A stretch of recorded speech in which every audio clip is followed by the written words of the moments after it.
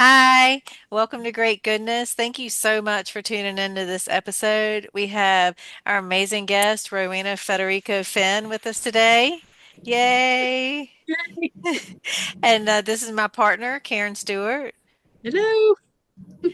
And as you know, this is Great Goodness, and we'd love for you to like, comment, and subscribe. Like, share with Rowena what you like about what she's creating or how she's sharing.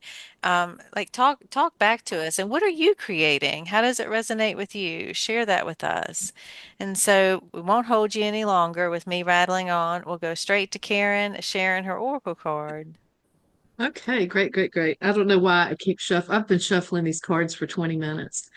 So today we are going to pull from the Urban Crow Oracle deck. Mm, And this, oh, I should have had all this information together.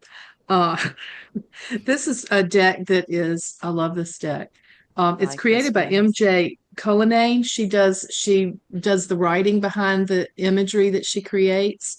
Um, And these are indie decks that she has published with people that she loves. And I'm going to have to get that information and write it down for you. It'll be in our, when you Facebook. see this, yeah, it'll be on our Okay. Facebook page. Yeah. So, anyway, Urban Crow Oracle. I love this deck so much. And so, what we're going to do is just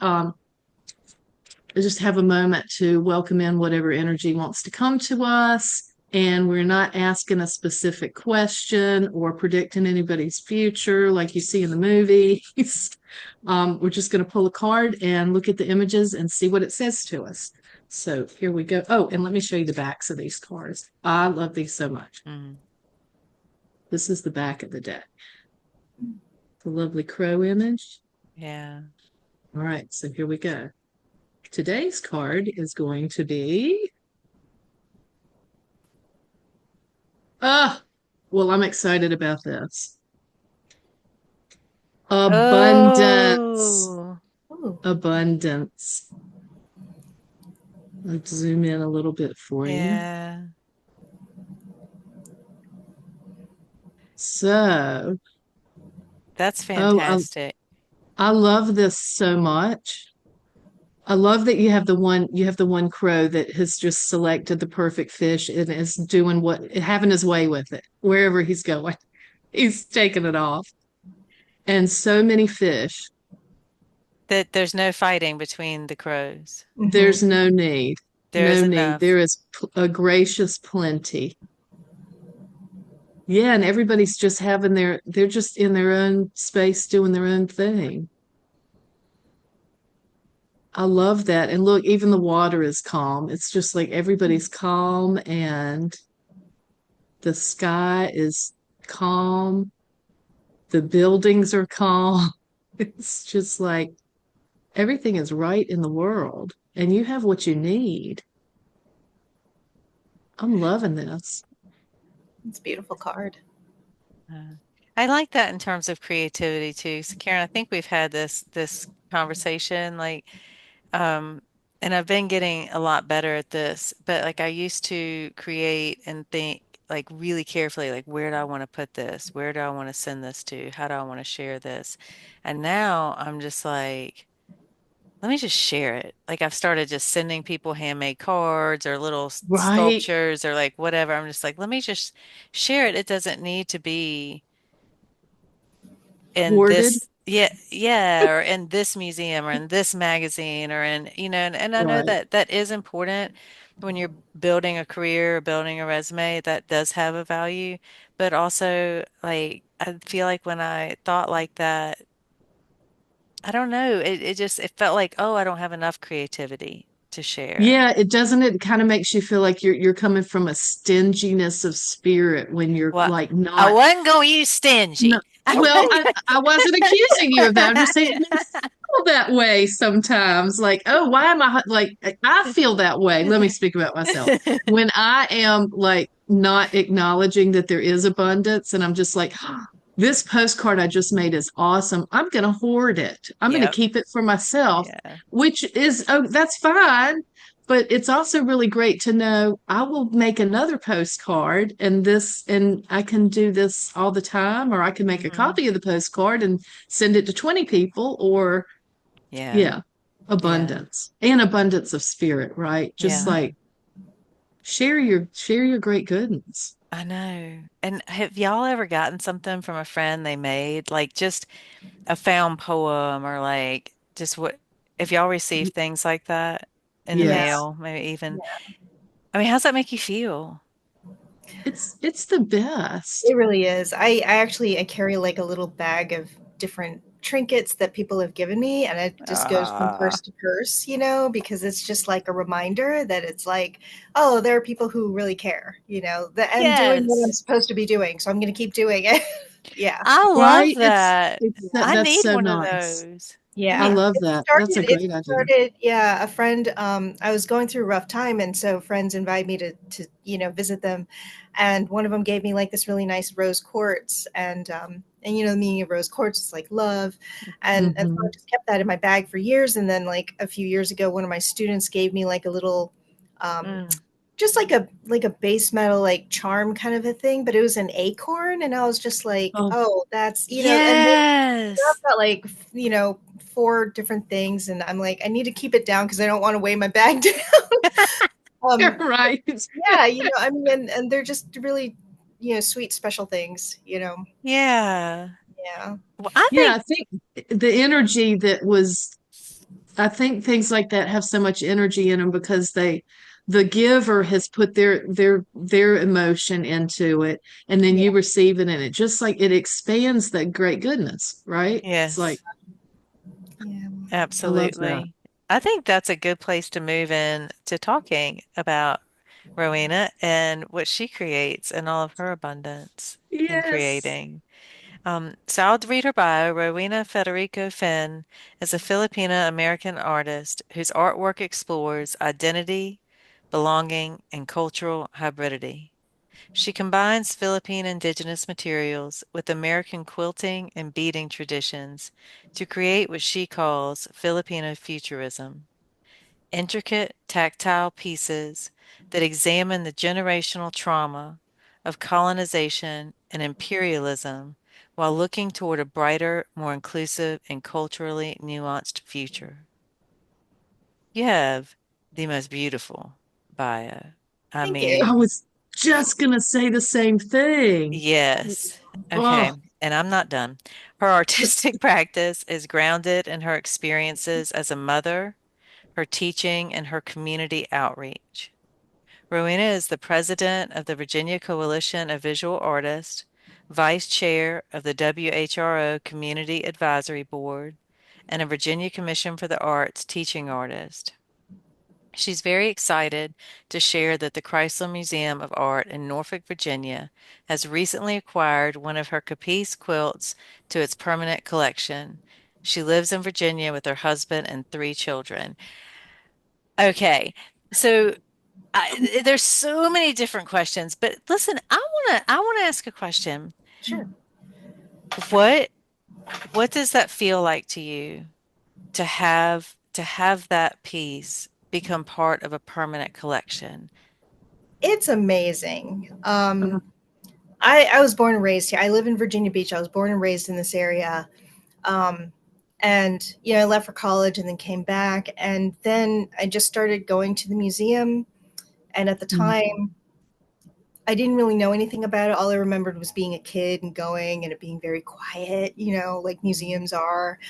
And as I got to know the museum, I was just like, this is a really cool museum. They're very friendly. They do a really good job of making you feel like even if you know nothing about art, you belong there. So, Mm. I really fell in love with that. And then I started being able to teach for them several years ago. So I have a great relationship with them. I'm like always advocating. I'm like their unofficial ambassador. I'm like, oh, you should go. And then like like during the pandemic, I think at the end of the pandemic, I was in there and I saw this exhibit. It was a video installation by a Vietnamese artist, but the dialogue in the video was like half English and half Tagalog, which is Filipino. Mhm. And I was like, oh my God, I've never experienced anything Filipino in this museum before. well, Mm. And it really hit me because there's a huge Filipino population here because of the Navy. And so I went straight to the top and I emailed the executive director and I'm like, hey, you guys have a problem here. And he invited me for coffee and we talked about it. So like for 5 years, I've been advocating, trying to get Filipino artists to try to connect the community, because the Filipino community doesn't really, they're not really vested in visual art. Like they don't really understand it. It's like more performing arts, which is great, but like, writing and visual arts, the quieter things, they're not, we're very introverted. So like they like the extrovert stuff. Uh, And so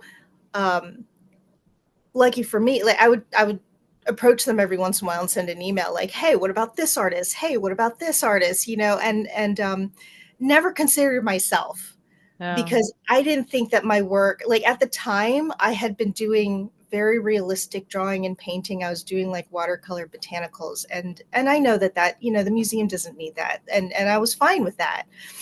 Um, and then they approached me and said, because of the new work that I'm doing, this mixed media stuff, and said that they'd like to purchase one of my pieces, and they let me choose whichever piece I want. Um, which really meant the world, because the piece Mm-hmm. that they got, it's called Anitos quilt, and Anitos means like ancestors. And what oh, I had in 2023, my sister, my oldest, and I went to the Philippines to visit my parents, and I knew I wanted to get um, do rubbings of their gravestones, but I didn't know what I was going to do with them, because I wasn't doing this kind of art yet. And then when I started doing this kind of art, I knew exactly what I wanted to do. And so I decided I wanted to make this quilt out of it. And I, it took me a couple months because I knew I had to cut up the rubbings and it just felt Mm. wrong. It felt, because it's the only rubbing I had, but I didn't want to just like use a copy, Mm-hmm. and it felt disrespectful and rebellious and mm, sacrilegious. Mm-hmm. But then I kept reminding myself, like, the whole point of this is that I'm not just Filipino and I'm not just American. And, like, so this quilt was, it's like um, me creating heirlooms for my kids and, the future of our Mm-hmm. Filipino-American um, community, because my kids are half Filipino, half white, and so they're kind of in touch with those roots, but not really, but way mm, less than me, and I'm not even very connected to my roots. So Mm-hmm. it was important for me, and to know that I get to put it in this place where my kids can see it and everybody else in the community can see it, and they'll take better care of it than I can. It means a lot. It's really, really exciting. Because I was born here. My dad came over by through the Navy, and luckily when he got restationed here, we didn't have to move anymore. So I mean, I went to the same wow. elementary, middle, and high school, as like everyone I grew up with. So it means the world to be able to have that in the museum. It's really cool. Yeah. Now, I'm so excited about that. so can you describe what a capiz quilt is and like, Yeah. okay. So capiche shells. Okay. This is Oh, this is a round one. Okay. But you can see, like, when I press my hand against it, they're translucent. So these are the Mm-hmm. things that they're called window pane oysters. They're a major export from the Philippines. You see them in like wind chimes and chandeliers. Mm-hmm. right. Um, and um, my starting off point when I started doing this was just like, well, what does it mean to be Filipino? What does that look like? And I thought, well, let me order some materials. So I got like a bunch of these, and they come cut round. I order them Mm-hmm. also in square shapes. I can order them in just the natural shells, which are probably about as big as your hand. Oh, And I just started playing with them. And the first couple of quilts I made, like, I knew I wanted to do something that looked like a quilt, that had sort of that grid pattern to it. Mm-hmm. mm, Um, and so the first ones I did, I just soldered everything together, like stained glass, using the copper foil Ooh. and stuff, Mhm. and they worked out pretty well. But then I realized I didn't like that they weren't flexible like a real quilt. So then I started experimenting, and I'm going to see if I can bust out one of my other ones that I just got back here. Hang on. Rowena, I'm such a word geek. How do you spell the name of that shell? CAPIZ. Ah, okay. Capiz. Yes. So Okay. um, I'm gonna pull one of my quilts out here. Actually, let me see. I'm trying to figure out like which one's gonna be the easiest one to unpack. I Mm. meant to do it before meeting up with you, but that didn't quite happen. Is there one in here? I'm laughing. Yeah, one of my friends helped me pack up the show, and bless her heart, she put so much tape on this. Oh, wow. She wanted to take good care of it. I That's know Yeah. good. it was so She sweet of loves her, and I you. was just laughing because I'm like, I don't even tape them up this good, you know. Yeah. So So while you're unpacking that, yeah. you mentioned belonging, feeling like you could feel like you belonged at that museum. And I feel like part of what you're curating or creating in your work is is to make a sense of wholeness of belonging. Is Mhm. Yeah. that and and so can you talk a little bit about how art does that or how your art does that? How it feels to Um, you? I will say I hope my art does that. Hmm. Um, I I think like the reason art is so important is that it helps us see ourselves in other people, you Hmm. know, Hmm. and realize that we're really not alone in our experiences. So when I started doing this, you know, a lot of it is because I consider myself very much a black sheep in the community. Um, I'm an artist. It's not really something that your Hmm. parents ever want you to be. I am Right. I'm very outspoken. I don't always play by the rules, whatever the rules are, because I just feel like, well, who are those rules written for? You Hmm. know? So when I started doing this work, you know, it was really exploring how I feel so disconnected from that community and realizing that I am not alone. There are so many other Filipinos because like there are so many organizations around here that my own parents helped create a lot of the organizations that exist now, and they're retired and they've moved back to the Philippines, but you know the organizations are still here, and um, I just never felt comfortable Hmm. there. I never participated, so you know, and as I've gotten to know more people in the community, there are a lot of us who don't participate in any of these organizations, which I feel is really unfortunate because Yeah. you know they created these for us. Hmm. And then as I was digging into this, I have three kids, and I had been teaching high school art students at the time too, and realizing, you know, that feeling of wanting to be authentic and wanting to be yourself and trying to find the people who appreciate that Hmm. without making you change anything about yourself, like that's a really hard thing to find. Hmm. Mhm. Some people never find it, Yeah. and you know I love that about the students I was teaching because they were very protective of each other, you know, to let them explore Hmm. who they really were. And as a mother, like that's very important to me. And one of the things that happened from this trip to the Philippines, so my oldest, who just turned 18 this month, um, she was going through really difficult times. She was going through really deep depression. You know, we couldn't figure out what was going on, going to all the doctors. I stopped teaching to try to, you know, focus on what she needed. Yeah.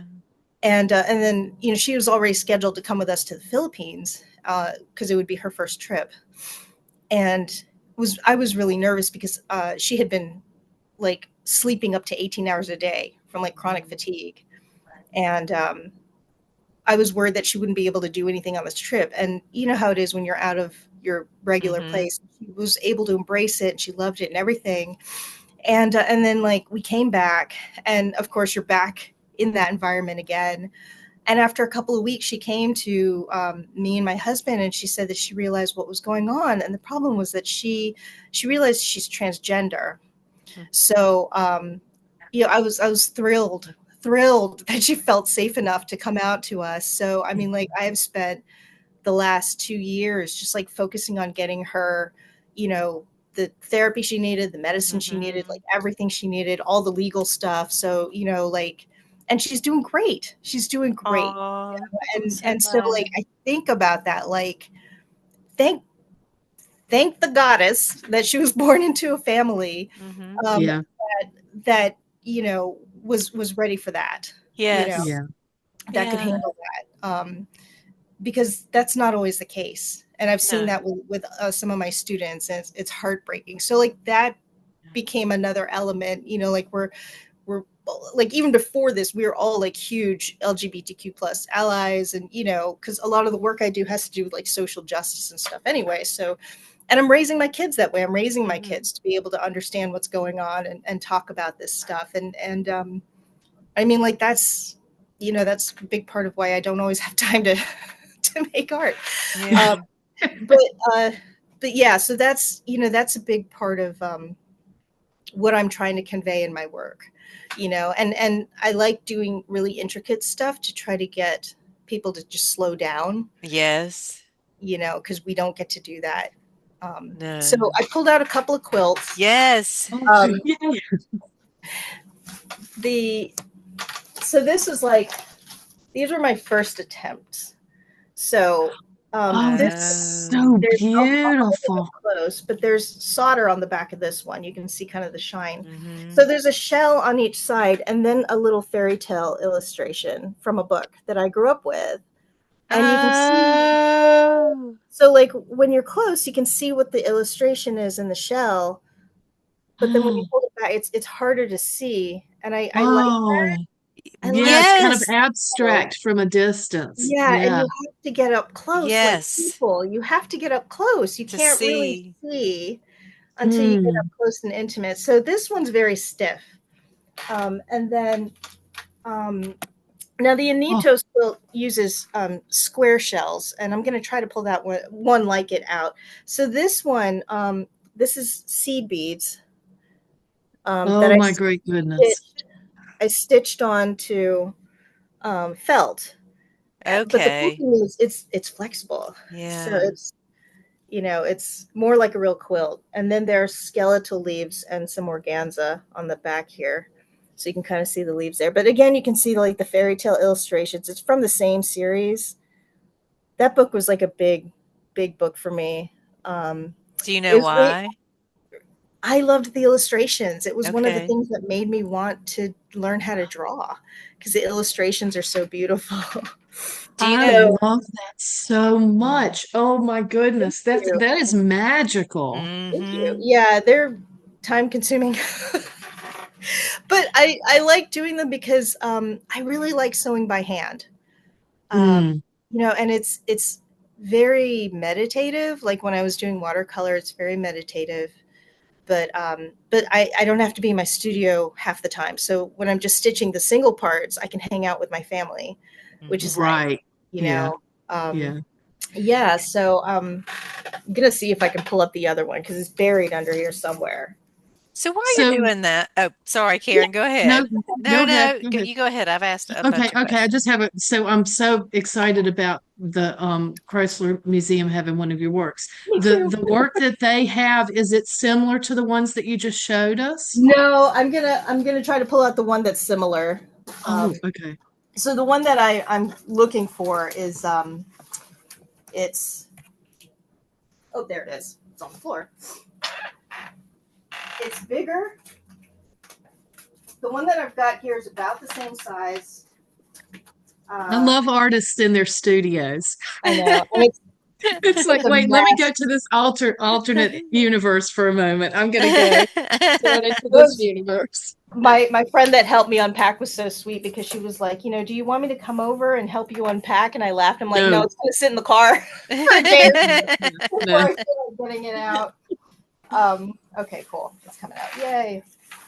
All right. So this is This is the first quilt I made like this. So this is what the one at Chrysler is built like. So Oh, there's like a little strip of bamboo at the top, and then there's actually a shell on each side because it's curved, so it kind of gives that puffiness like a Wow. quilt, which is really mm-hmm. cool. This one's actually rice bags in between, Okay. and it's flexible.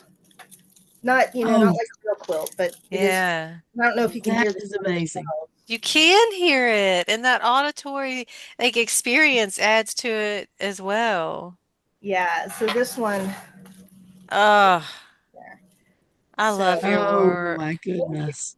I'm dying to make another one, but these are really hard because the more shells I stitch together, the harder it is to get my arms around it. So I'm kind of Oh, yeah. trying to figure out how I can build a bigger quilt because I would love to do one that's like the size of a real quilt, Yes. like a bedspread. Yes. Um, Yeah. Oh, So I wanted to ask you a question. mhm. Because this is a real shift from botanical watercolors, and so I wondered, and you've spoken about like authenticity and belonging and wanting to be yourself like fully um and safe doing that, and I wondered, did you like with the botanical watercolors, was that authentic to you at that time, or did you always know there was something else, or like can you talk a little bit about that shift? Yeah, I love that question.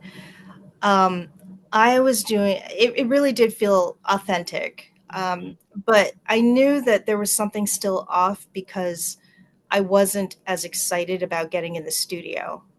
Um, Okay. I spent many, I have a degree in art, and I don't know about you, but sometimes a degree in art doesn't really teach you anything Yeah. about drawing and painting. So I spent years relearning how to do all that, and that mm, became the drawing, the watercolor, and I love the medium, but it wasn't. I didn't feel like I had a voice yet, mm, even though I could feel the dawning of themes coming out in watercolor. Like I liked doing kind of rubbish plants like weeds and Hmm. just things that people don't really want to have like a glorious big painting of. Like I like the underdogs. I Hmm. like yeah, yeah. I like anything that people wouldn't notice. And like one of the paintings that everybody really loved was a weed in my backyard that I took a photo of, and because like when you stop and you pay attention, it's really beautiful. They are So beautiful. Yeah. yeah, and Yeah. so those themes kind of kept coming back in my work. Hmm. But yeah, the mixed media, I had done mixed media several years ago before we had kids, and then just kind of life happens, and I shifted gears. So it kind of feels more like coming home. I already like sewing by hand. I like doing embroidery for fun anyway.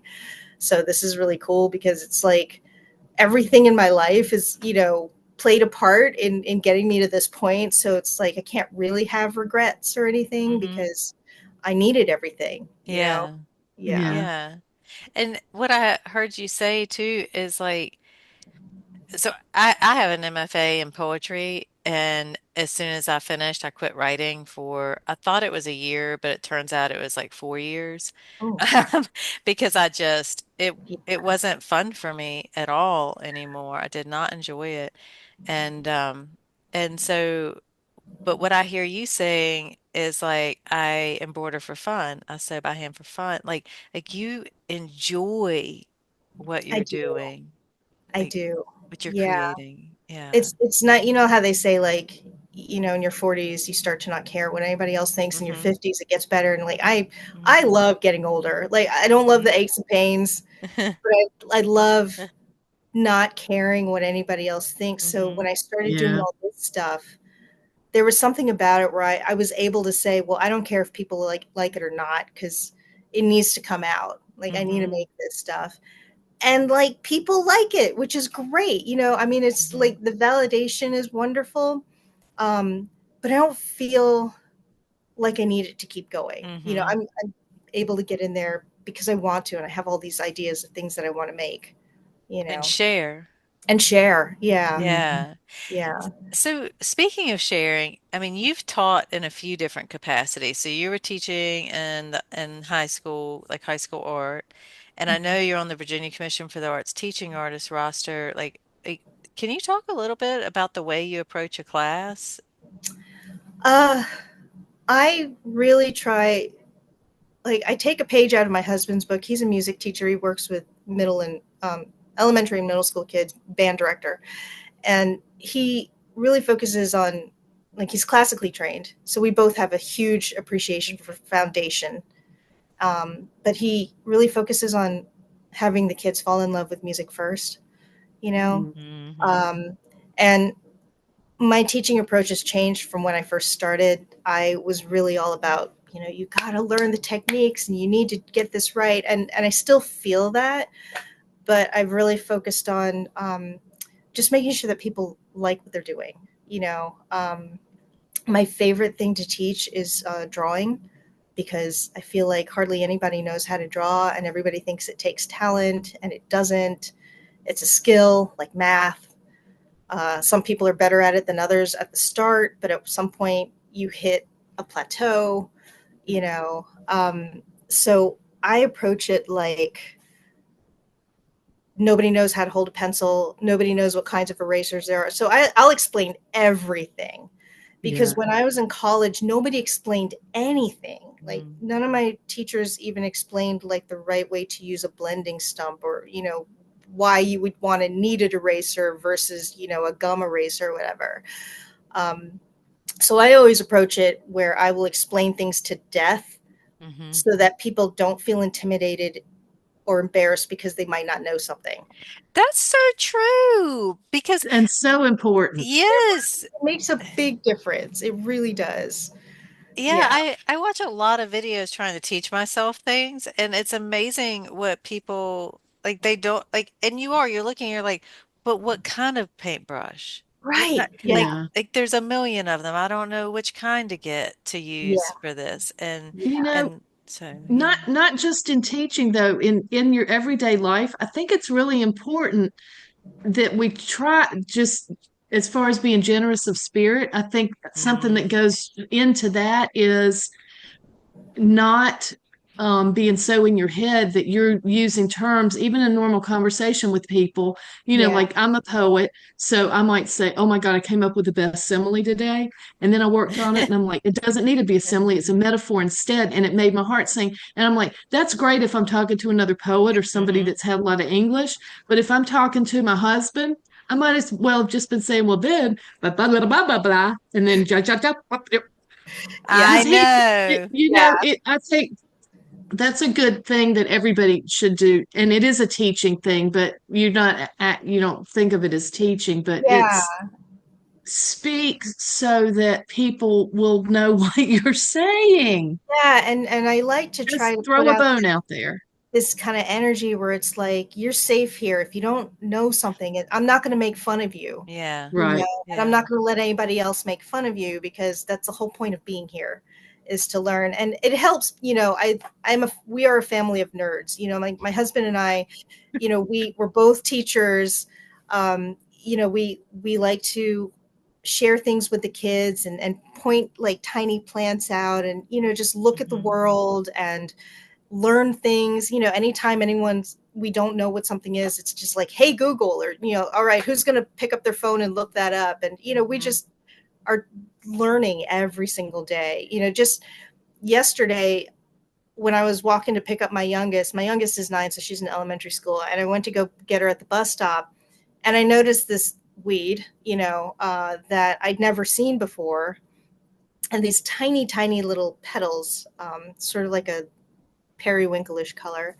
And I Hmm. did the Google Lens thing, and I pointed it out. We stopped and looked at it when she got off the bus, you know. And I was telling my husband about it, and, you know, we took our evening walk, and I'm like, there it is, look, you know. And I'm like, I know a new plant, you know. And the cool thing was, it's called common name is field madder, madder. So it's like a plant for Mm. making dye, and I'm just like, that's cool. We have it like right here. Yeah.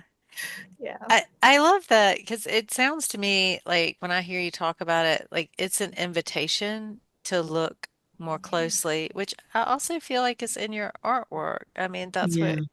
what Thank you're you. showing Oh, I us, you love that. know. Yeah. I do want Yeah. people to come up close. And it's, whenever I have a show, if I'm there, I'll say, "Oh, you can touch it because I'm here," because people always want to touch the shells. I'm like, it's fine. You can touch Yeah. it here. Technically, you're not supposed to, but I'm the artist, so you can go ahead and touch it. Right. Yeah, I do. I really try to get people to come up close and slow down. Come up close and slow down. That you've Yeah. said that more than once today, Yeah. like about slowing down. And so, okay, I have a question. When you teach, um, how do you invite people to create like from that authentic place? Like how do you get to that place anyway? Uh, Looking at a lot of art Okay. and talking about art and sharing my experiences with them.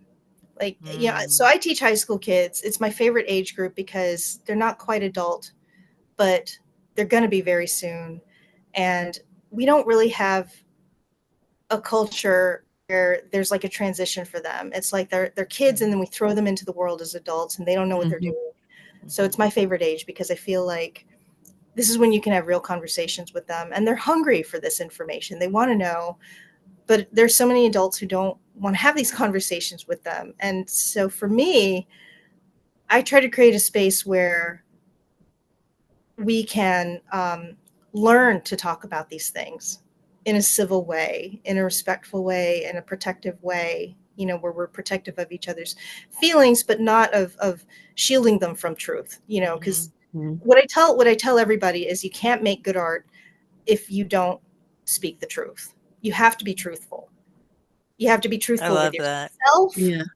because you'll never know who you really are. So you have to face the hard, ugly parts of yourself too, and then you have to be truthful with your audience, because I mean, what's the point? What's the point? Right. Right. I love that. You can't make good art if you don't speak the truth. Okay. I love Yeah. that. Oh, That's a that's quotable gonna quote. be a clip. Yeah. That's my mantra. We're Yeah, going that to is see that definitely again. my mantra. Okay, then let me take you to back. Okay, so your parents were instrumental in creating organizations, Yeah. and the organizations like they were for the Filipino culture and Hmm. helping like creating a place of belonging, creating. Yes. Okay, Yeah. Hmm. and then you uh noticed in the museum something's not right here and began a movement. I mean, it Yeah. really was a movement to have that included in the museum.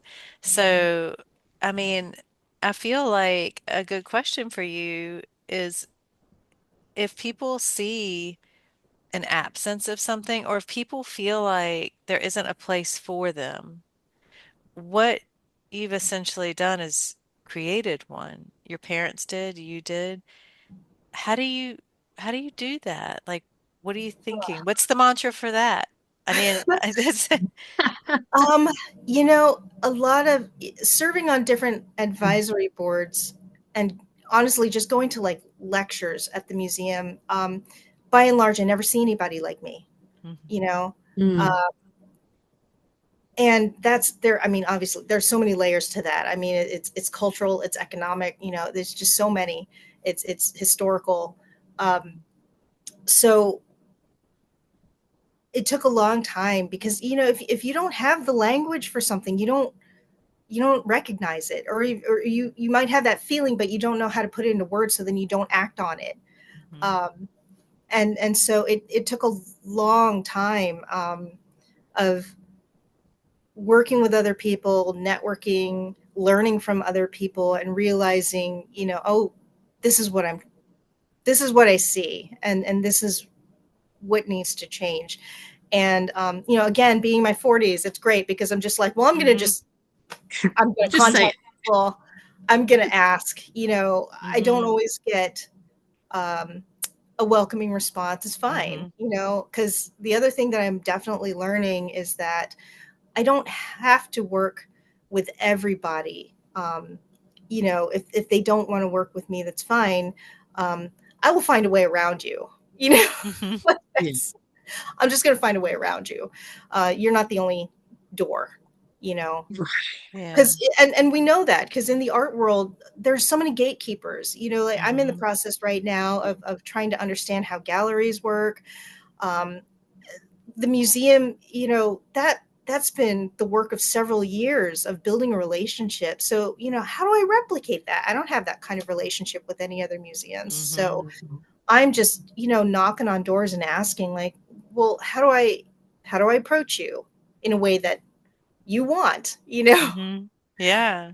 So, yeah, I don't know any other way to ask the question than to ask it, and then it's like if somebody gets upset or offended, I certainly didn't mean to upset anybody, but that's not on me how you feel, Yeah. I'm not going to lose sleep, you know. Right. Yeah.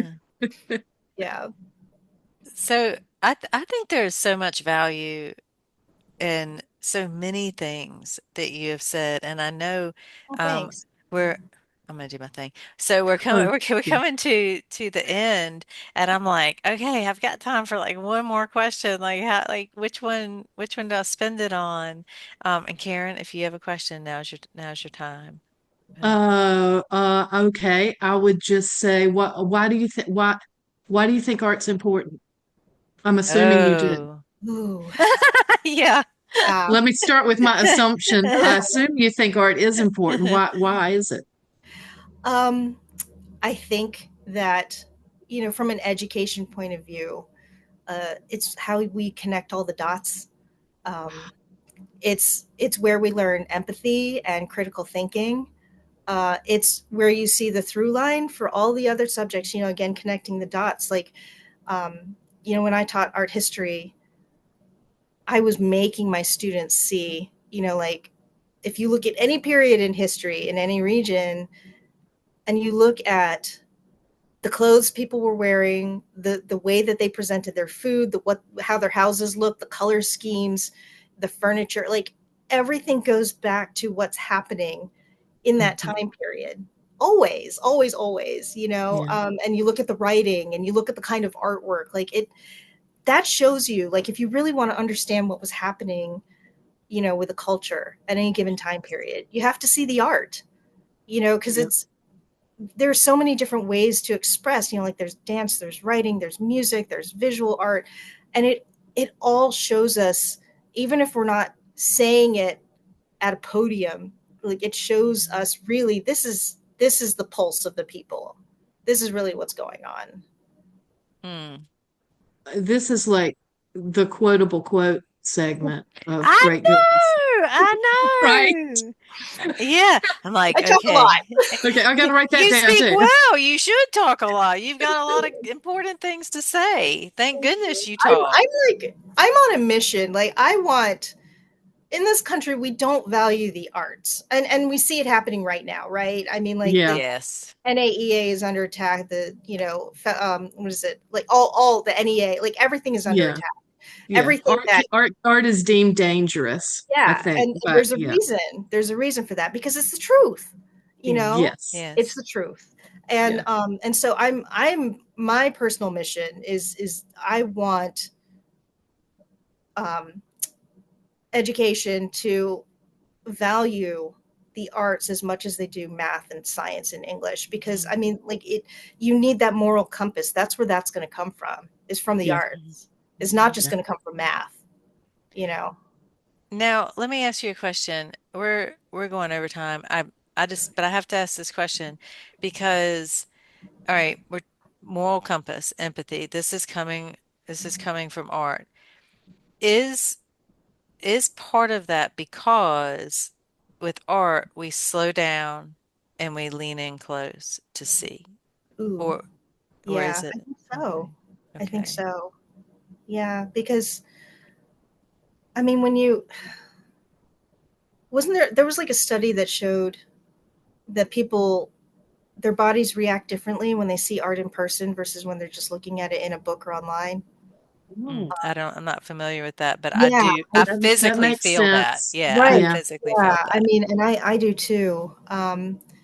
Yeah, there's something about experiencing things up close and in person. You know, like obviously we're on Zoom right now too, but you know, it's different. Like, how cool would it be if we could all like meet up for a cup of coffee? Oh, I Oh my gosh. know. It Yeah. is, I but it's know. yeah, it's um, yeah, art forces you to slow down, and you know, I love that. You know, like what you were saying about abundance at the very beginning, there's so much of it that you can find what's right for you. Like, you don't have to Hmm. like all art, but it helps if you at least try to understand why somebody else is making the art they're making, or why somebody Yes. likes that art, Yes. you Yeah. know? Yeah. I think Okay. too, you've got the element of each person brings their self to the art. So Yeah, they're receiving it. It's like the art is a gift that the artist has shared. And yeah, then every person that sees the art or hears it or dances it, they are interpreting it as only they will because yeah, they're bringing themselves to it. And I yeah. think that's Nobody else has that voice. Like, you're the only person who could yeah, do it Yeah. that way. Yeah, yeah, So you speak your truth, and then the person who comes to see it sees their truth. yeah, And exactly. yeah. And that there's all this vulnerability, and that's where we can connect. When all of yeah. those walls come down, we can connect and we can see one another and care for one another. And It yeah, takes it takes a lot of bravery and strength to be that vulnerable. It Yeah, yes. really does. It's so worth it though. I can't It not really imagine is. living any other yeah, way. yeah. Yeah. Yeah. And that's, I mean, It's how we expand, right? yeah, I was so excited about this podcast because I'm like, oh, you guys are just bringing that out into the world, and you know, like there's so much positive energy, and we need that, and we need Yeah. to see people doing that, you know, because it's worth it. Yes, it is. So Uh, thank you. thank you. Thank you for Thank being here. you. I feel like we should stop even though I don't want to stop. I know. And that's why I love this. I love doing this so much. And so we should do a creative prompt. And I've really gotten into doing creative living prompts, I notice, is what they really are more than they are about creating. Because if we live creatively, we will create. But Mhm. they aren't like a prompt that, you know, write about this or draw this, you know. And because so I just it's so easy to get a prompt from you. Um and I keep thinking about the things that came up over and over, like slowing down and leaning in and um and making good art by speaking your truth. And Mhm. so like you can take this prompt as a revision prompt. Let's say you have a piece and it's a piece of art, or it's a choreographed performance, or it's a poem or an essay. If it's not quite working, it for you, okay? This is about it's not quite working for you, and you know what I'm talking about. Because you know when you're just like, this It's isn't like, it.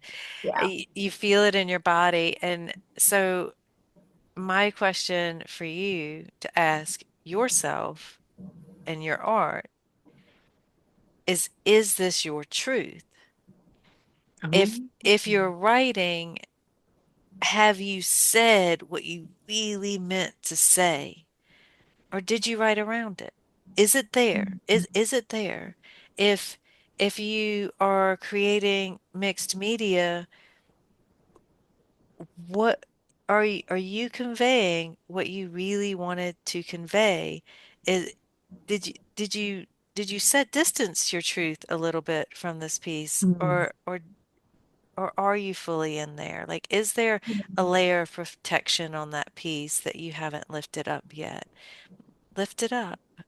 It, if there's a dance, this goes for everything that you're creating, um, it even goes. to our relationships.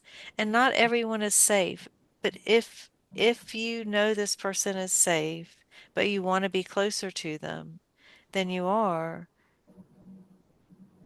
you coming from that place of truth? Are you able to get closer to them? Does that make sense? Yeah. Like, are you allowing it? And so that's what I leave this episode with. I'm getting ready to go. I was supposed to go to work. I'm getting ready to go look at some of my pieces I've been fiddling You're gonna with go and hit go, some truth, aren't yeah. you? And I'm like, oh, where am I hiding? And You're because gonna conjure some truth now. Yeah. I know, like when you were talking, I was like, there's one piece I'm working on I can think of in particular. But anyway, we You, won't go down that path. That's And got me so, rethinking some pieces too. Like, what am I I really know, doing right? there? You know? Yeah. yeah, yeah. So we enjoyed you so much. Oh my goodness. Thank you It- so much for inviting me. This has been yes. fun. Thank you for being here. And everyone is listening, comment, tell Romina which quotable spoke to you the most, because I know one of them did. And like so put those comments down there and like share. Like let's have a conversation. Yeah. Let's keep this conversation going. Let's do that. Thank you. Thank So you. so much love to y'all. Thank you.